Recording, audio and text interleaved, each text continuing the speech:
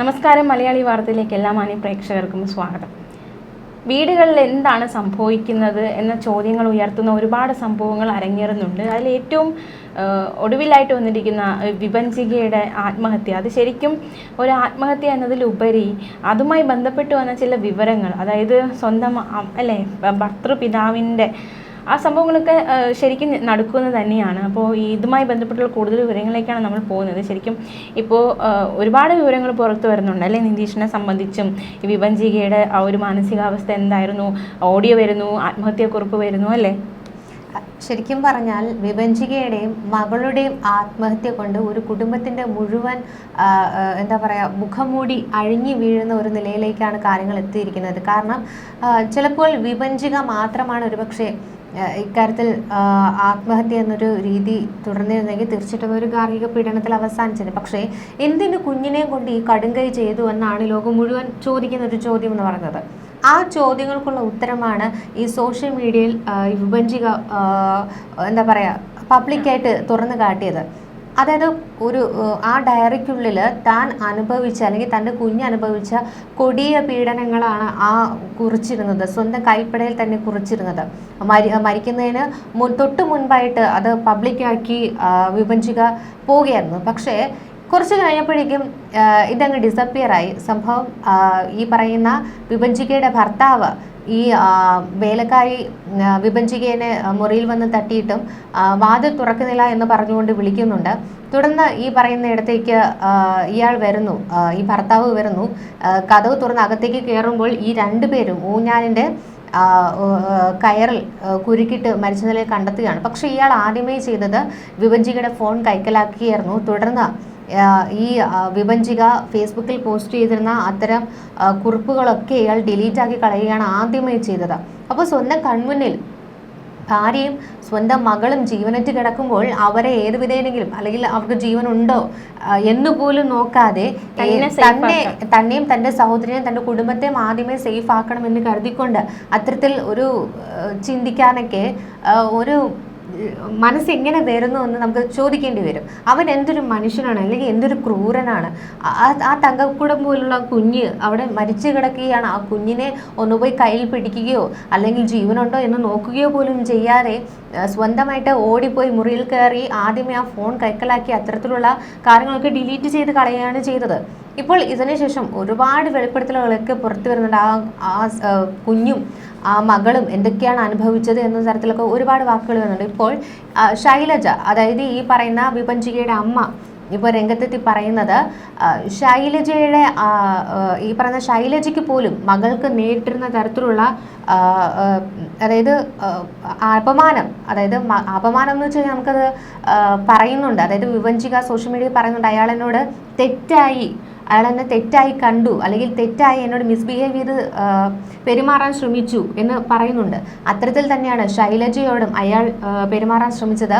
കാരണം ഭർത്താവുമായിട്ട് അകന്നു നിൽക്കുന്ന സ്ത്രീയാണ് ശൈലജ. അപ്പോൾ അവർക്ക് അയച്ച വോയിസ് മെസ്സേജുകളൊക്കെ അയാൾ അശ്ലീലമായിട്ട് സംസാരിക്കുന്നത് അടക്കമുള്ള വോയിസ് മെസ്സേജുകളൊക്കെ ഇവർ സൂക്ഷിച്ചു വെച്ചിട്ടുണ്ട്. പിന്നെ മകളുടെ കുടുംബജീവിതത്തെ ഓർത്ത് മാത്രമാണ് അവർ അത് പുറത്തേക്ക് പറയാതിരുന്നത്. പക്ഷേ അപ്പോഴും അവർ കരുതിയിരുന്നത് ഒരിക്കലും തനിക്കും ഭർത്താവിനും ഉണ്ടായ ജീവിതമായിരിക്കരുത് മകൾക്കുണ്ടാകുന്നത്, അവർ നല്ല നിലയിൽ ജീവിക്കണമെന്നൊക്കെ കരുതുന്നുണ്ട്. പക്ഷേ വിധിയുടെ വിളയാട്ടം എന്ന് പറയുന്നത് ആ കല്യാണം കഴിഞ്ഞ് ആ വീട്ടിലേക്ക് കയറിയ ദിവസം മുതൽ ഇത്തരത്തിൽ വിഭജിക അതിക്രൂരമായ പീഡനങ്ങളാണ് ഏറ്റുവാങ്ങിയിരുന്നത്. വിഭജികയ്ക്ക് കാറില്ല, വീടില്ല, അത് കല്യാണം ആഡംബരമായി നടത്തിയില്ല എന്നൊക്കെ പറഞ്ഞുകൊണ്ട് ഇത്തരത്തിൽ വിഭജികയുടെ ഭർത്താവിൻ്റെ സഹോദരിയുടെ ആട്ടും തുപ്പും ഏറ്റാണ് അവർക്ക് ജീവിക്കേണ്ടി വന്നിരുന്നത്. 7-ാം മാസത്തിൽ പോലും ഗർഭിണിയായിരിക്കുമ്പോൾ പോലും ആ വീട്ടിൽ നിന്ന് അടിച്ചിറക്കുകയാണ് ചെയ്യുന്നത്. തുടർന്ന് മറ്റൊരിടത്തേക്ക് താമസിക്കേണ്ടി വരുന്നു. ഗർഭിണിയായിരുന്ന സമയത്ത് ബെൽറ്റ് കഴുത്തിൽ ചുറ്റിയിട്ടാണ് അടിക്കുന്നതൊക്കെ തന്നെ. ഈ ഭർത്താവിന്റെ സഹോദരിയുടെ അല്ലേ പ്രശ്നം, അവർ ജീവിക്കാൻ സമ്മതിക്കുന്നില്ല എന്നടക്കമുള്ള ഒരു വെളിപ്പെടുത്തൽ വിഭജിക അവർക്കെതിരെ നടത്തിയിട്ടുണ്ട്. അതെ, അപ്പോൾ ഈ ഭർത്താവ് നിതീഷിൻ്റെ പെങ്ങളുടെയും അവരുടെ അച്ഛൻ്റെയും ക്രൂരതകളൊക്കെ സഹിക്കാൻ പറ്റാതായതോടെയാണ് ഈ വിഭജിക കുഞ്ഞിനെ കൊലപ്പെടുത്തി ജീവൻ ഒടുക്കിയത്. അപ്പോൾ ഈ വിഭജികയുടെ അച്ഛൻ വർഷങ്ങൾക്ക് മുമ്പേ തന്നെ ഉപേക്ഷിച്ച് പോവുകയായിരുന്നു എന്നാണ് ശൈലജ പറയുന്നത്. ആ അവസ്ഥ തൻ്റെ മകൾക്കും കുഞ്ഞിനും വരരുതെന്നൊക്കെ കരുതി എല്ലാം സഹിച്ചു. അവളെ സ്നേഹിച്ചതുപോലെ നിതീഷിനെയും സ്നേഹിച്ചു. പക്ഷേ എന്നിട്ട് പോലും അവരെല്ലാവരും കൂടി ആ കുഞ്ഞിനെ കൊലപ്പെടുത്തുകയായിരുന്നു. നിതീഷ് നമ്മൾ കണ്ടു സോഷ്യൽ മീഡിയയിൽ വിഭജിക മുട്ടയടിച്ചിരിക്കുന്ന ഒരു ഫോട്ടോയൊക്കെ പുറത്തു വന്നിരുന്നു. പക്ഷെ അതിനെക്കുറിച്ച് പറയുന്നത് ഈ നിതീഷ് മുടി മുറിച്ചപ്പോഴാണ് അവളോട് മുട്ടയടിക്കുവാനായിട്ട് ഈ പെങ്ങള് ആവശ്യപ്പെട്ടത്. അപ്പോൾ ഇതേ തുടർന്ന് വിഭജിക മുട്ടയടിച്ച് കണ്ണു നിറഞ്ഞേക്കുന്ന ഫോട്ടോയൊക്കെ ചില ബന്ധുക്കൾക്കൊക്കെ അയച്ചു കൊടുത്തിരുന്നു. അപ്പോൾ ബാക്കി കാണുന്നവരൊക്കെ വിചാരിക്കുന്നത് എന്തുവാ, വിഭജിക ഭയങ്കര മോഡേണായിട്ട് വന്നുകൊണ്ട് മുട്ടയൊക്കെ അടിച്ചുകൊണ്ട് ഭയങ്കര ചിത്രമൊക്കെ പങ്കുവച്ചിരിക്കുകയാണെന്നാണ്. പക്ഷെ അങ്ങനെയൊന്നുമല്ല. തീർച്ചയായിട്ടും ഈ നിതീഷ് മുട്ടയടിച്ചതുകൊണ്ട് അല്ലെങ്കിൽ അവൻ മുടി മുറിച്ചതുകൊണ്ട് ഭാര്യയെ മുട്ടയടിപ്പിക്കുന്ന പെങ്ങളുടെ സ്നേഹമാണ് പുറത്തു വന്നത്.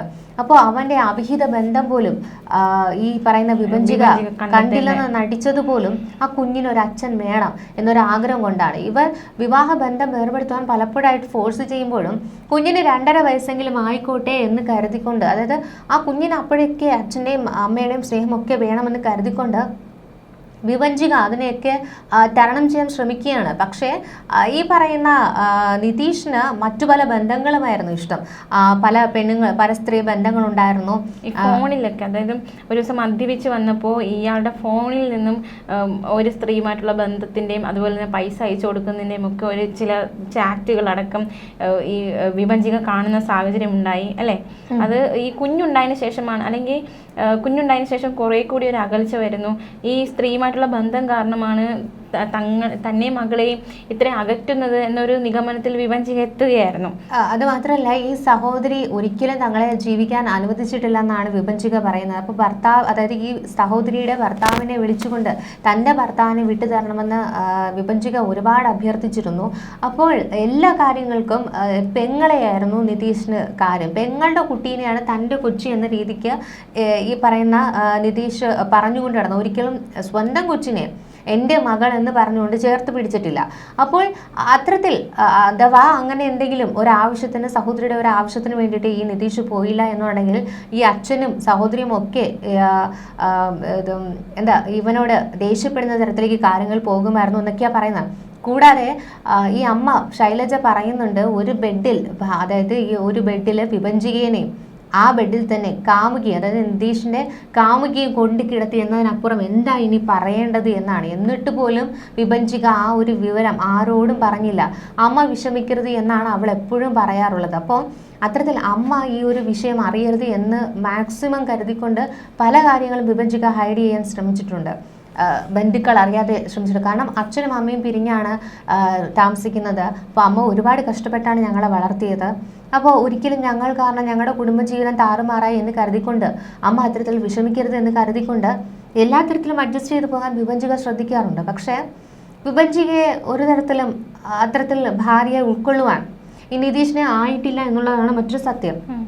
കാരണം അതിന് നിതീഷിൻ്റെ പെങ്ങളും അച്ഛനും കുടുംബവും ഒന്നും അനുവദിച്ചിരുന്നില്ല എന്നുള്ളതാണ്. അപ്പോൾ നിതീഷിൻ്റെ കുടുംബത്തിന് എപ്പോഴും സ്വർണ്ണത്തോടും പണത്തോടും മാത്രമാണ് ആർത്തിയെന്ന് മാത്രമേ ഈ അമ്മയോട് ഇടയ്ക്കിടയ്ക്ക് ഈ വിഭജിക പറഞ്ഞിട്ടുണ്ടായിരുന്നുള്ളൂ. അപ്പോൾ നിതീഷിന് മാത്രമല്ല, നിതീഷിൻ്റെ അച്ഛൻ വിഭജികയോട് അപമര്യാദയായിട്ടും മോശമായിട്ടും ഒക്കെ പെരുമാറിയിരുന്നു. അപ്പോൾ ആ തരത്തിലുള്ള ഒരു മോശമായിട്ട് തന്നെയാണ് ശൈലജയോടും സംസാരിച്ചിട്ടുള്ളത്. അതിൻ്റെ ഓഡിയോയൊക്കെയാണ് അവർ സേവ് ചെയ്ത് വെച്ചിട്ടുള്ളത്. അപ്പോൾ ഭർത്താവ് ഉപേക്ഷിച്ചു പോയി എന്നതുകൊണ്ട് ഇത്ര കാലമായിട്ടും ആരും അവരോട് മോശമായിട്ട് സംസാരിച്ചിരുന്നില്ല. പക്ഷേ അയാളൊരു വൃത്തികെട്ടവനാണ് എന്നാണ് ഇപ്പോൾ ശൈലജ പറയുന്നത്. അപ്പോൾ ഈ നിതീഷൊക്കെ കൂട്ടുകാർക്കൊപ്പം 4-5 ദിവസമൊക്കെ യാത്രയൊക്കെ പോകുന്ന സമയത്ത് ഈ വിഭജികയും കുഞ്ഞും അയാൾ മാത്രമാണ് വീട്ടിലൊക്കെ ഉണ്ടാവുക. അപ്പോൾ രാവിലെ മുതൽ തന്നെ ഇയാൾ വെള്ളമടിയൊക്കെ തുടങ്ങും. ഉച്ചയ്ക്ക് ഭക്ഷണമൊക്കെ കഴിക്കാനായിട്ടൊക്കെ ഇയാളുടെ മുറിയിലേക്ക് കയറി ചെന്ന് വിളിക്കണം. അപ്പോൾ മരുമക്കൾക്ക് അല്ലെങ്കിൽ മരുമകൾക്ക് കാണാൻ പറ്റുന്ന രീതിയിലുള്ള കിടപ്പൊന്നും ആയിരിക്കില്ല എന്നൊക്കെയാണ് ഇവർ പറയുന്നത്. കൂടാതെ ഈ നിതീഷ് പറയുന്നുണ്ട് അച്ഛനെ തൊട്ടും തലോടിയും ഒക്കെ വേണം നോക്കാൻ വേണ്ടിയിട്ടെന്ന്. അപ്പോൾ ഇവർ ഒരു ദിവസം ഒരിടത്ത് കൗൺസിലിങ്ങിന് പോകുന്നു. അപ്പോൾ ആ ഡോക്ടർ നിതീഷിനോട് ചോദിക്കുന്നുണ്ട്, നിനക്ക് വേണ്ടിയാണോ അതോ നിൻ്റെ അച്ഛന് വേണ്ടിയാണോ കല്യാണം കഴിച്ചതെന്ന്. അപ്പോൾ അത്ര മോശം കുടുംബമാണ് എന്നുള്ളതാണ് ഒരു സത്യം. അതായത് ആ ഡയറി കുറിപ്പ് പോലും പറയുന്നുണ്ട്, എന്നെ കല്യാണം കഴിച്ചത് അച്ഛന് വേണ്ടി കൂടിയാണെന്നാണ് അയാൾ പറഞ്ഞത്. അപ്പോൾ നമുക്ക് ഊഹിക്കാം, അച്ഛന് വേണ്ടിയിട്ട് സ്വന്തം ഭാര്യനെ വരെ അയാൾ വേണമെങ്കിൽ കിടപ്പറയിൽ തള്ളിവിടുന്ന ഒരു അവസ്ഥയിലേക്ക് കാര്യങ്ങൾ എത്തിച്ചിരുന്നു എന്നുള്ളതാണ്. അപ്പോൾ അത്ര മോശപ്പെട്ട ഒരു കുടുംബമാണ് അതെന്നാണ് എടുത്തു കാണിക്കുന്നത്. കൂടാതെ ഈ മരിച്ചു കഴിഞ്ഞിട്ടെങ്കിലും ഒരല്പം കുറ്റബോധം പോലും അയാൾക്കില്ല എന്നുള്ളതാണ്. അതിന്റെ ഏറ്റവും വലിയ ഉദാഹരണമാണ് അയാൾ ഫോൺ എടുത്തുകൊണ്ട് ആദ്യമേ അവിടെ നിന്ന് പോകുന്നതെന്നുള്ളതാണ്. അപ്പോൾ ഇപ്പൊ ഏറ്റവും ഒടുവിലായിട്ട് അയാൾ പറഞ്ഞതെന്ന് വെച്ച് കഴിഞ്ഞാൽ കുഞ്ഞിന്റെ മൃതദേഹം അവിടെ സംസ്കരിക്കണമെന്നൊക്കെയാണ്. അപ്പോൾ തന്റെ മകളുടെയും കുഞ്ഞിന്റെയും ശരീരങ്ങളൊക്കെ ആ മരുഭൂമിയിൽ തന്നെ കളയുവാനാണ് ഇപ്പോൾ അയാൾ ശ്രമിക്കുന്നതെന്നാണ് ശൈലജ പറയുന്നത്. എന്തായാലും 17-ാം തീയതി മൃതദേഹം നാട്ടിലേക്ക് എത്തിക്കാൻ കഴിയുമെന്നുള്ള പ്രതീക്ഷയിലാണ് കഴിയുന്നത്. നാളെ ആയിരിക്കും പോസ്റ്റ്മോർട്ടം ഒക്കെ നടക്കുക. അപ്പോൾ ഈ പോസ്റ്റ്മോർട്ടത്തിന് ശേഷം നാട്ടിലെത്തിച്ചതിന് ശേഷം റീപോസ്റ്റ്മോർട്ടം നടത്തുന്നുണ്ട്. കാരണം യഥാർത്ഥത്തിൽ എന്താണ് സംഭവിച്ചത്, കാരണം ഇവർക്ക് കൈവശം നല്ല സാമ്പത്തിക ഭദ്രതയൊക്കെ ഉള്ളത് കൊണ്ട് തന്നെ തീർച്ചയായിട്ടും ഇവർ എന്തെങ്കിലും തരികിട അതിൽ ഒപ്പിക്കുമോ എന്ന് കുടുംബത്തിന് നല്ല ഭയമുണ്ട്. അത് കാരണം നാട്ടിലെത്തിച്ചതിന് ശേഷം റീപോസ്റ്റ്മോർട്ടത്തിൽ എന്താണ് യഥാർത്ഥത്തിൽ സംഭവിച്ചത് എന്ന് അറിയാൻ വേണ്ടി കാത്തിരിക്കുകയാണ് കുടുംബം. അപ്പോൾ എന്തായിരുന്നാലും ഇത്രയും വിവരങ്ങളൊക്കെ ഇവർ കോൺസുലേറ്റിനെയും കേന്ദ്ര സർക്കാരിനും ഒക്കെ ധരിപ്പിച്ചിട്ടുണ്ട്. യുഎയിലെ അഭിഭാഷകൻ അജി കുര്യാക്കോസാണ് ഇത് സംബന്ധിച്ചുള്ള വിവരങ്ങളൊക്കെ പങ്കുവച്ചത്. അപ്പോൾ കുഞ്ഞിനെ ശ്വാസം മുട്ടിച്ച ശേഷം കെട്ടിത്തൂക്കി എന്നാണ് ഫോറൻസിക് റിപ്പോർട്ട് പുറത്തു വന്നത്. അപ്പോൾ വിഭജികയുടേത് നാളെയായിരിക്കും പോസ്റ്റ്മോർട്ടം റിപ്പോർട്ട് ലഭിക്കുക. അപ്പോൾ തീർച്ചയായിട്ടും ഈ വിഭജികയാണോ കുഞ്ഞിനെ കെട്ടിത്തൂക്കി കൊലപ്പെടുത്തിയത്, അതല്ലാന്നുണ്ടെങ്കിൽ ഇരുവരെയും കൊലപ്പെടുത്തിയതാണോ എന്നുള്ള സംശയം വരെ ഇപ്പം നിലനിൽക്കുകയാണ്. അപ്പോൾ വിഭജികയുടെ ആത്മഹത്യക്കുറിപ്പ് എന്ന് പറയുന്ന ഡയറിക്കുറിപ്പ് ഒക്കെ നമ്മൾ കണ്ടതാണ്. അതിലൊക്കെ തന്നെ 1-ാം പ്രതി നാത്തൂനാണ്, 2-ാം പ്രതി ഭർത്താവാണ്, 3-ാം പ്രതി അമ്മായിയപ്പനാണ് എന്നൊക്കെ തുടങ്ങുന്ന പേജുകളാണ് ആ ഡയറിയിലുള്ളത്. കാരണം ഭക്ഷണം കഴിക്കാൻ പോലും സമ്മതിച്ചിരുന്നില്ല, നല്ല സ്ഥാനത്ത് ജോലി ഉണ്ടായിട്ട് പോലും ആ സാലറി പോലും തങ്ങൾക്ക് വേണമെന്ന് പറഞ്ഞുകൊണ്ട് അവളെ പീഡിപ്പിക്കുന്ന ഒരു അവസ്ഥയിൽ വരെ എത്തി. നമുക്ക് നോക്കാം, എന്താ പറയുക, ജോലിയുണ്ട്, എല്ലാം ഉണ്ട്, എന്നിട്ട് പോലും സന്തോഷത്തോടെ ജീവിക്കാൻ കഴിയാത്തൊരവസ്ഥ. ആ കുടുംബത്തിലെ സമ്പത്ത് മാത്രമേ ഉണ്ടായിരുന്നുള്ളൂ, എന്നിട്ട് പോലും ആ പെൺകുട്ടിയുടെ പണം വേണമെന്ന് പറഞ്ഞുകൊണ്ട് ചൂഷണം ചെയ്യുന്നു, അവളെ പീഡിപ്പിക്കുന്നു, സാലറി തങ്ങൾക്ക് തന്നെ വേണമെന്ന് പറഞ്ഞുകൊണ്ട് അത്തരത്തിൽ പലതരത്തിൽ അവളെ പീഡിപ്പിക്കുകയാണ്. അവൾക്ക് ഭക്ഷണം കൊടുക്കുന്നില്ല, ആഹാരം കൊടുക്കുന്നില്ല, വസ്ത്രം കൊടുക്കുന്നില്ല, വെള്ളം പോലും കുടിക്കാൻ കൊടുക്കുന്നില്ല എന്നാണ് പറയുന്നത്. ഇത് മാത്രമല്ല, ലൈംഗിക ചൂഷണത്തിന് വിധേയമാക്കി. പിന്നെ കൂടാതെ അമ്മായിയപ്പൻ വിഭജികയെ ലൈംഗികമായിട്ട് ഉപദ്രവിച്ചു എന്നൊക്കെ വ്യക്തമാക്കുന്ന തരത്തിലുള്ള തെളിവുകളൊക്കെയാണ് ഡയറി കുറിപ്പിലുള്ളത്. ഫിസിക്കലി ഉപയോഗിച്ചിട്ട് എപ്പോഴും അബദ്ധം പറ്റിയതാണെന്ന് പറയും. അതുമാത്രമല്ല, ഈ നിതീഷിൻ്റെ കാര്യത്തിൽ വരുമ്പോൾ ഒരേ സമയം തന്നോടും പെൺ സുഹൃത്തിനോടും ഒപ്പം കിടക്ക പങ്കിടും. അപ്പോൾ ആ പെണ്ണിൻ്റെ ഭർത്താവ് ഇക്കാര്യങ്ങളൊക്കെ അറിയാം. ഒരു തവണ നിതീഷിനെ വിളിച്ചൊക്കെ ചീത്ത വിളിച്ചിട്ടുള്ളതാണ്. അപ്പോൾ വൈകൃതമുള്ള മനുഷ്യനാണ് നിതീഷ് എന്നൊക്കെയാണ് പറയുന്നത്. അപ്പോൾ കാണാൻ പാടില്ലാത്ത വീഡിയോ ഒക്കെ കണ്ടിട്ട് അതെല്ലാം ബെഡിൽ വേണമെന്നൊക്കെ ആവശ്യപ്പെടും. ഭാര്യയുടെ കൂടെ കിടക്കുന്നതിനെ കുറിച്ച് മറ്റൊരു പെണ്ണിനോട് ഡിസ്കസ് ചെയ്യും. അപ്പോൾ ഇതൊന്നും സഹിക്കാൻ കഴിയുന്നില്ലെന്നാണ് പങ്കുവച്ചിരിക്കുന്ന കുറിപ്പിലൊക്കെ പറയുന്നത്. കൂടാതെ പട്ടിയെ പോലെ തല്ലും, ആഹാരം കൊടുക്കില്ല, ലോക്കറിൻ്റെ കീയൊക്കെ നിതീഷിൻ്റെ അച്ഛനാണ് കൈക്കലാക്കിയിരുന്നത്. അപ്പോൾ അത് വാങ്ങിയാലും വലിയ പ്രശ്നമാണ്. അപ്പോൾ പുറത്തോ നാട്ടിലേക്കോ ഒന്നും കൊണ്ടുപോകില്ല. അപ്പോൾ എല്ലാം ക്ഷമിക്കുവാനും സഹിക്കുന്നതും ഒക്കെ കുഞ്ഞിന് വേണ്ടിയിട്ടായിരുന്നു. പക്ഷേ അവർ എന്താ പറയുക, വിഭജിക്കുക ഒരു മാനസിക രോഗിയാക്കുവാനൊക്കെ ശ്രമിച്ചു. പക്ഷേ ഈ വിവരങ്ങളൊക്കെ താൻ എപ്പോഴെങ്കിലും തനിക്ക് എന്തെങ്കിലും സംഭവിച്ചു കഴിഞ്ഞാൽ ആരെങ്കിലുമൊക്കെ ഇത് അറിയണമെന്ന് കരുതിക്കൊണ്ട് തന്നെ തൻ്റെ ഓഫീസിലുള്ള എല്ലാവരോടും ഇക്കാര്യം വിഭജിക പങ്കുവച്ചിട്ടുണ്ട്. അപ്പോൾ അവർക്കൊക്കെ അറിയാം, ഈ സുഹൃത്തുക്കളും വിഭജികയുടെ സഹോദരൻ്റെ ഭാര്യയുമൊക്കെയാണ് ഈ ഡയറി കുറിപ്പ് അത് ഡിസപ്പിയർ ആവുന്നതിന് മുന്നേ തന്നെ ഫോണിലേക്ക് അത് ക്യാപ്ചർ ചെയ്ത് വെച്ചതുപോലും. അതുകൊണ്ടാണ് അതൊരു നിർണായക തെളിവായി മാറിയത്. അപ്പം ഒരുപാട് കാശുള്ളവരാണ്, അതുകൊണ്ട് തന്നെ സാലറിക്ക് വേണ്ടിയിട്ടും ഇത്തരത്തിൽ വിഭജിയെ ദ്രോഹിക്കുന്നു. നിതീഷിൻ്റെ പെങ്ങൾ കുഞ്ഞിൻ്റെയും ഈ പറയുന്ന വിഭജികയുടെയും സ്വർണം ഉൾപ്പെടെ കൈക്കലാക്കി. പിന്നീട് ഉള്ള പീഡനം എന്ന് വെച്ച് കഴിഞ്ഞാൽ ഒരു മാലയ്ക്ക് വേണ്ടി ഒരു ദ്രോഹിക്കുകയായിരുന്നു. അപ്പോൾ ഇത്തരത്തിൽ എല്ലാ തരത്തിലും പണത്തിന് വേണ്ടി മാത്രം ആർത്തി പിടിച്ച് ആ അമ്മേനെയും കുഞ്ഞിനെയും കൊലപ്പെടുത്തുന്ന ഒരു കുടുംബമായിരുന്നു അത്. അപ്പോൾ ഇന്ന് വിഭജിക്കുകയാണെങ്കിൽ നാളെ ഏതെങ്കിലും ഒരു പെൺകുട്ടി അയാൾ വിവാഹം കഴിക്കുകയാണെങ്കിൽ അതും ഇതുപോലെ തന്നെ അവസാനിക്കും എന്നുള്ളൊരു സത്യാവസ്ഥ അവിടെ നിലനിൽക്കുകയാണ്. തീർച്ചയായിട്ടും ആ അമ്മയ്ക്കും കുഞ്ഞിനും നീതി വേണം. കാരണം ആ എന്താ പറയുക, പേ പിടിച്ചതുപോലെ ആ കുഞ്ഞിനെയും അമ്മേനെയും കൊല്ലാൻ ഇട്ടുകൊടുത്തത് ആ കുടുംബത്തിൽ ഒരാളല്ല, ഒരുപാട് പേരാണ്. കാരണം ഈ പറയുന്നത് പോലെ നിതീഷിൻ്റെ അച്ഛൻ, സഹോദരി ഒക്കെ ഇത്തരത്തിൽ പെരുമാറിക്കൊണ്ടാണ് ഇരിക്കുന്നത്. കാരണം അവരെ ഒരിക്കലും ജീവിക്കാൻ വിട്ടിരുന്നില്ല.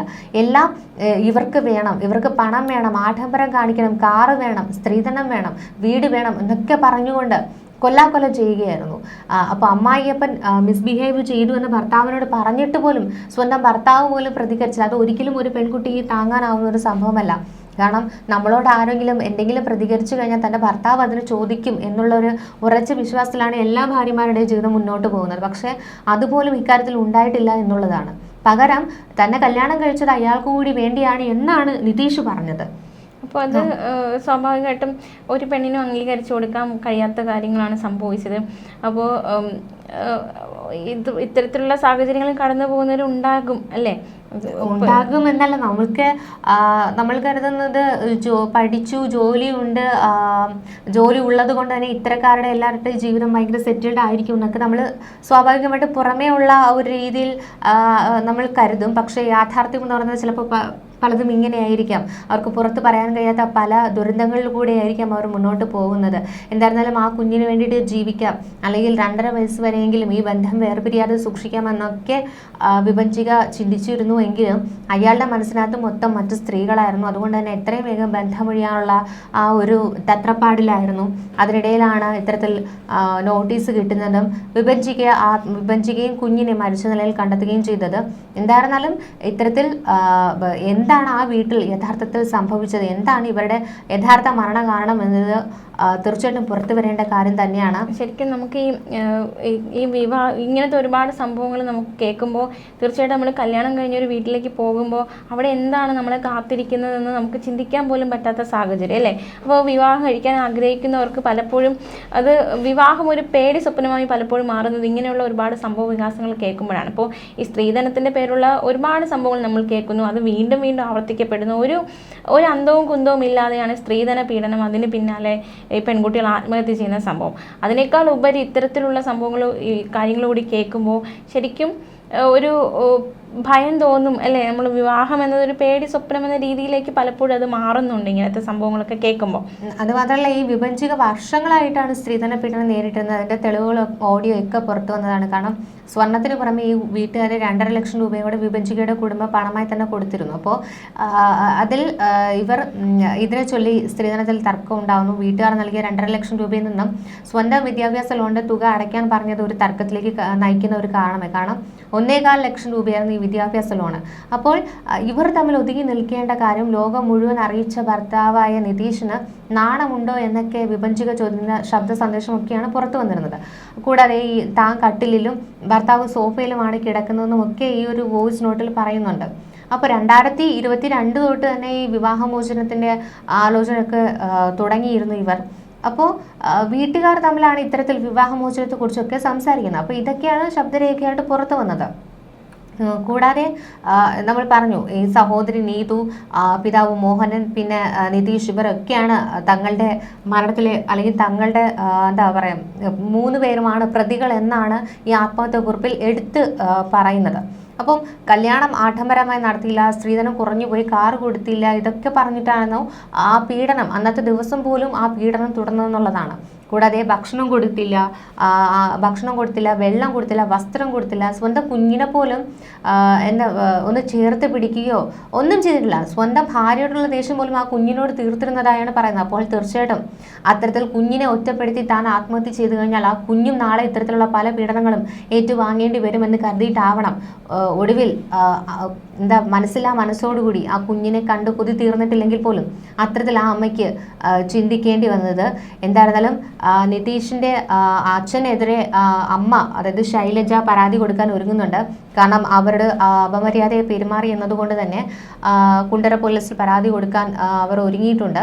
തീർച്ചയായിട്ടും കാലം കാത്തുവച്ചിരിക്കുന്ന നീതി എന്താണ് എന്ന് നമുക്ക് കണ്ടറിയണം. കാരണം അത്രത്തോളം ആ ഒരു കുഞ്ഞ് സമയത്തിനുള്ളിൽ തന്നെ ആ കുഞ്ഞും അതായത് ആ പെൺകുട്ടിയും ആ കുഞ്ഞും അനുഭവിച്ചിട്ടുണ്ട്.